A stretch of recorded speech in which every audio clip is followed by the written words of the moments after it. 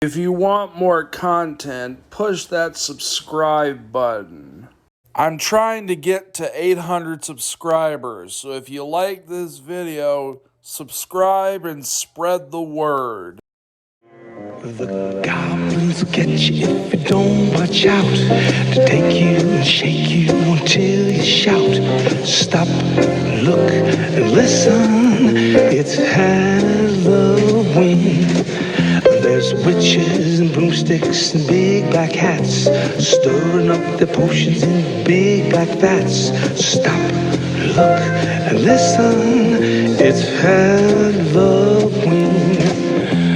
Cornstalks standing in the fields at night.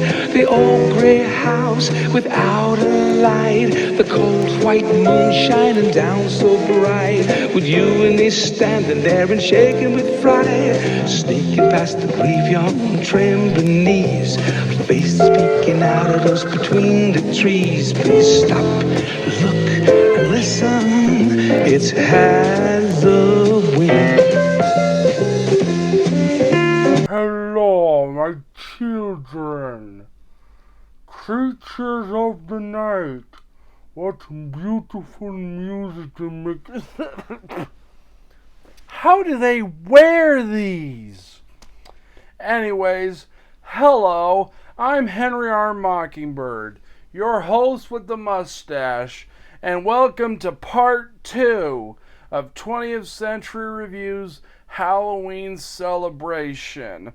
And today we're going to review Spanish Dracula.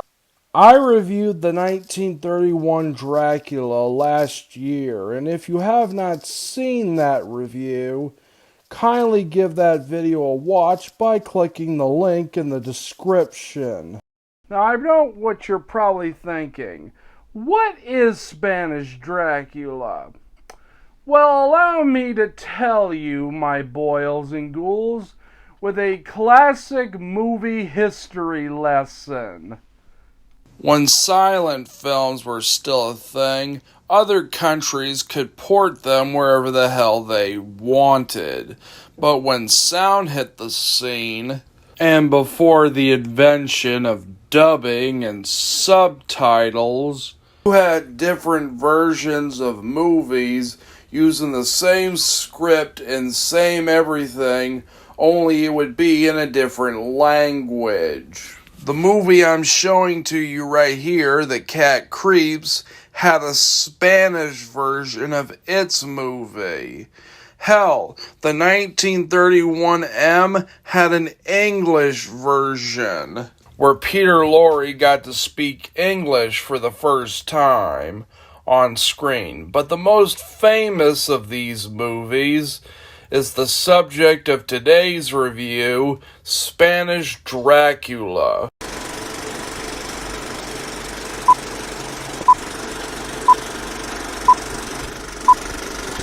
The film is about a dashing, mysterious vampire named Count Dracula, who turns a British man into his mindless slave. Both of them go to London, where he takes residence at a castle.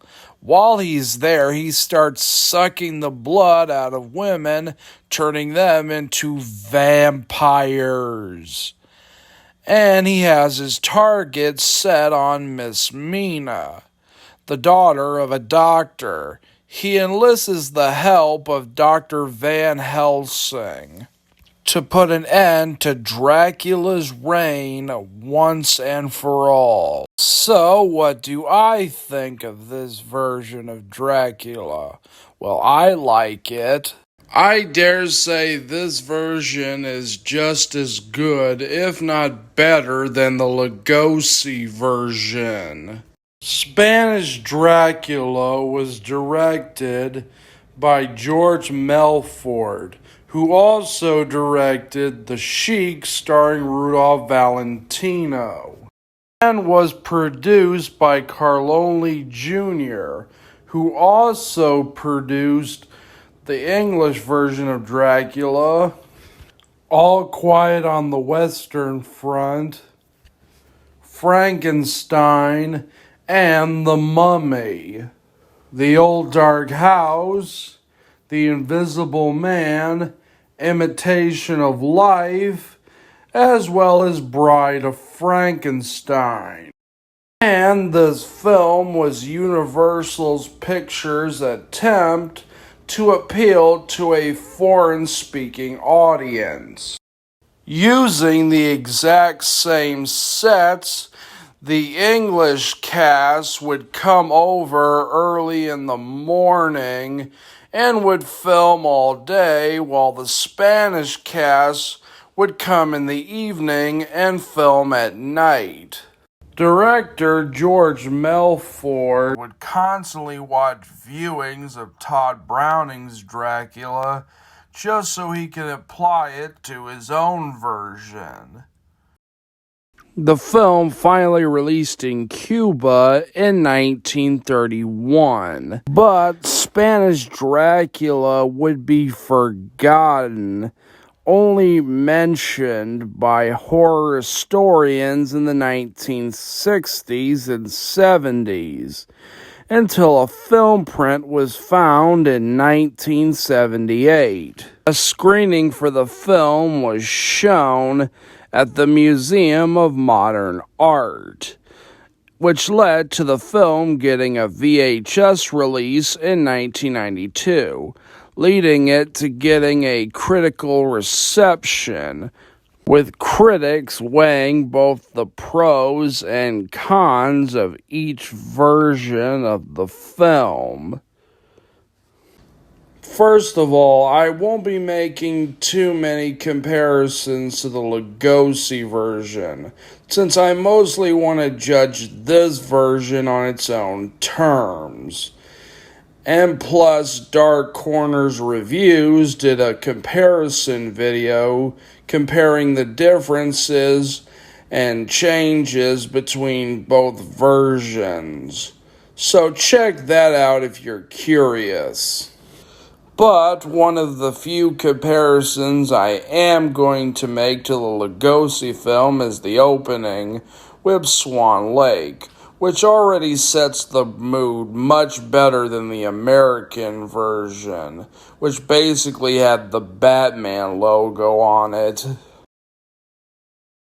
Renfield goes to the castle, and that's where we get our first introduction to Dracula, appearing out of his coffin in a puff of smoke. This version of Dracula is played by Carlos de la Riaz, who I'll talk a little bit more about later. We get our first indication how this version is often considered better than the Lugosi film.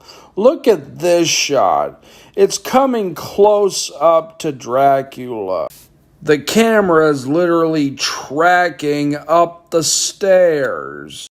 Dracula gives Renfield a room for him to stay in, and that's where he gets bit by Dracula's wives. It's nice to see them do something, especially given how they were doing nothing in the American version. And we get a shot that is very reminiscent to Nosferatu while Dracula's on the boat, while Renfield's laughing his ass off. In fact, Renfield is a lunatic, a madman in this version. He's played by Pavlov's Rufio, who somehow manages to out-crazy Dwight Fry's version of Renfield, which I didn't think was humanly possible. He puts in a performance that looks like he's gonna go insane, and apparently it was legit. According to Spanish actress Lupita Nyong'o, you know what, screw it, I'll just let her tell you. No, Pablo Alvarez Rubio was terrific. He really, we thought he was going to go crazy because he rehearsed by himself and he came and he was absolutely marvelous. Couldn't have said it better myself, Lupita. Anyhow, after Dracula meets Miss Mina and her friend, and after the concert, Miss Mina dresses to go to bed, and Dracula watches her with those creepy eyes, which I'm pretty sure was creepy even back then. Anyhow, after she goes to bed and after he bites her, we meet Dr. Van Helsing, who looks like, I swear he looks like Eugene Levy. Are you sure he's not a descendant of Eugene Levy? Well, never mind. Just like in the American version, Van Helsing discovers that Dracula is a vampire, which in this version has some pretty decent effects with the mirror and all that.